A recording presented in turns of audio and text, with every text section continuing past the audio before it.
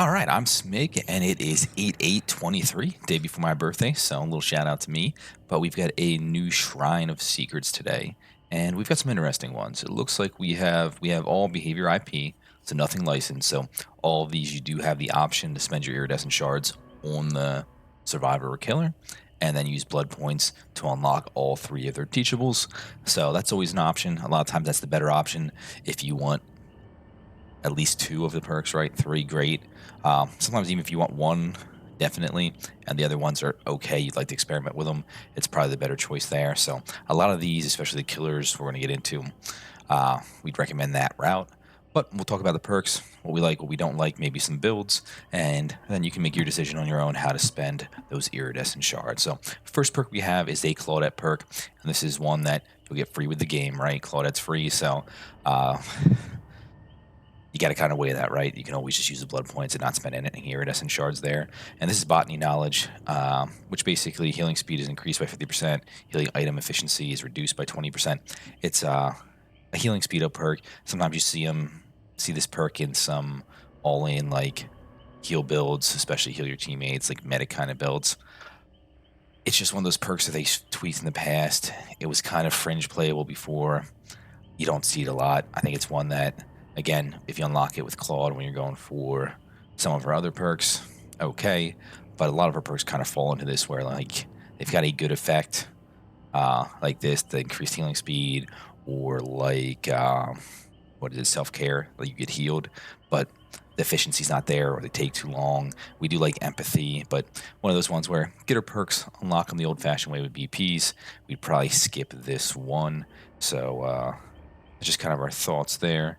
Uh, but again, she's free. You can use blood points, so it's easy enough to get the perks and mess around on your own. So probably a pass for us in the shrine. And this is one of those that is more, I think, meme or trash territory, kind of the bottom two there. We're gonna come over here and pull up our pen real quick, so that way we can do our little scribbles for you.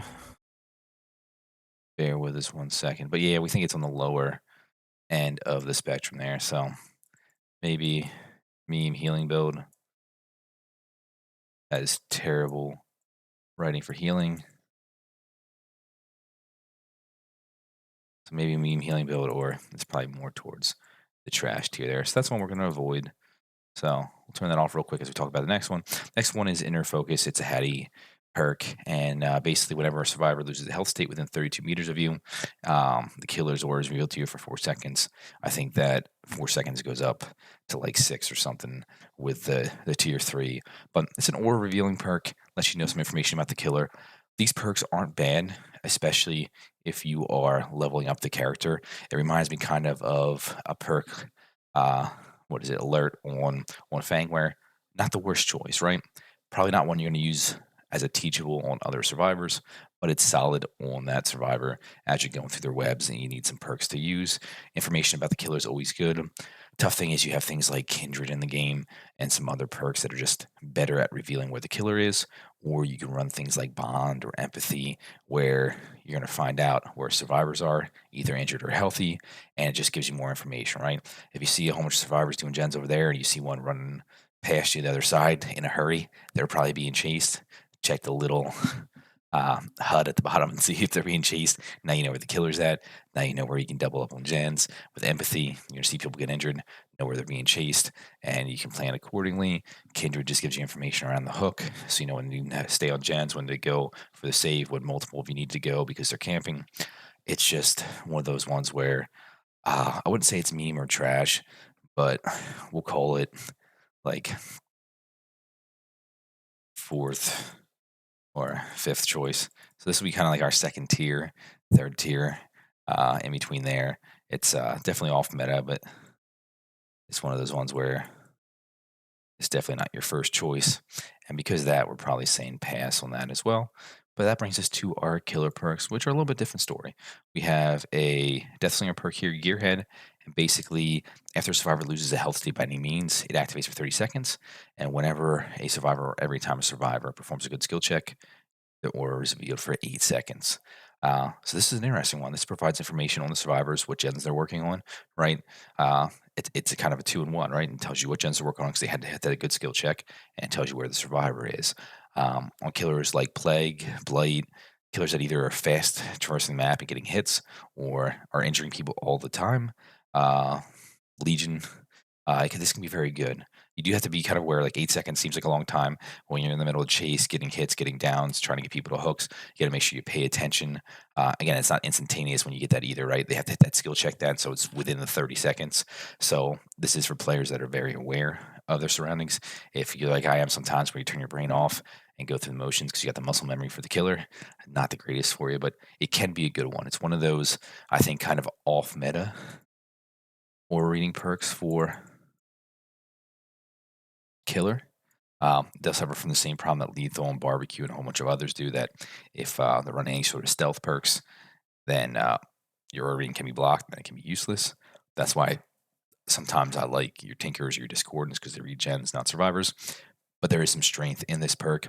I will say with Death Slinger, even if you don't want to play Slinger, there's some quality perks there, right? You have Retribution, which is a great hex perk for more aura reading.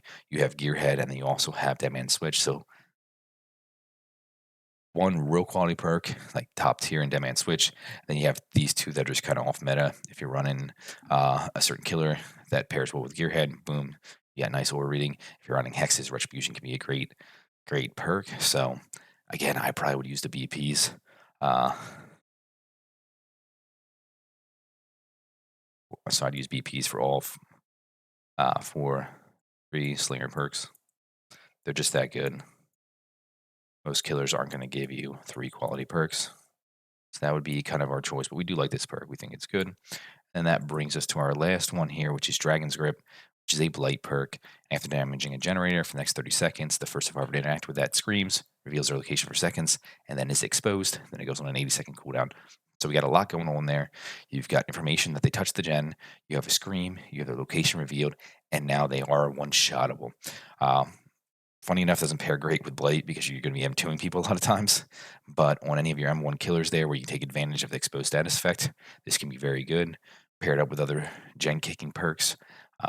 There's a lot of them. There could be Pop, there could be Oppression, there could be Overcharge, there could be Ball of Brine, Brutal Strength. Was it Nowhere to Hide? Lots of gen kicking perks. And then you can get a pretty solid build. This is more on like the off meta, more meme side. It can be a lot of fun, but also can do not a whole lot for you. But you can't discount the fact that even if you don't get over to the survivor that touched the gen, um, a lot of times just being exposed for those 30 seconds or 60 seconds it is pushes them off the gens, right? They're going to hide. They're going to get away. They don't want to be one shot. They don't want to give you that huge swing and not having to chase them for all that time, hit them twice. So it gets them off gens. It works as slow down that way as well. So this perk has a lot going for it. And that's why we kind of put it in that off meta sort of tier there. But again, this is one where Blight's also got Undying. Blight's also got Blood Favor. So two of the strongest hexes out there. This is kind of his third best perk. So we probably would use BP for Blight's 3 as well for the 3 Blight perks as well. But if you're not going to unlock those two Killer, Slinger, and Blight, and you just want to go the Shrine route for all of these perks, no shame in that, right? It's a solid choice as well. But these are two that I consider, right? They fit in your playstyle, the type of build you like. I know I'm not the biggest fan of kicking gens. I will at times on certain killers, certain builds. I prefer more just static slowdown so I can just focus on chasing. But there are people that have no problem stomach kicking gens, uh, focusing on that, using very strong perks like Pop. And this could be perfect for that. So that's just kind of our thoughts on these perks real quickly. The killer ones are kind of highlighted this time as the good perks. I probably pass on the two survivors, but definitely some fun perks, some good ones.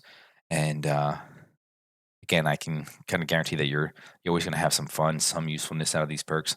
They're not dead perks at all by any means.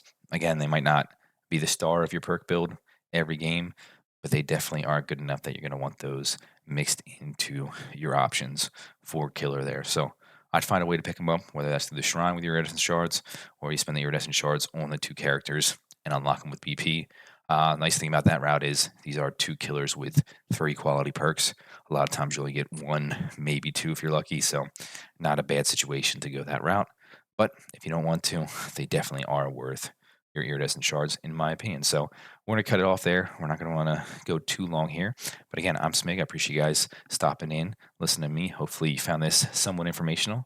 And we'd love to hear from you in the comments. If you come into our page, hopefully hit that subscribe button, help us grow a little bit. And maybe we'll see you sometime on stream or in the fog. Take care.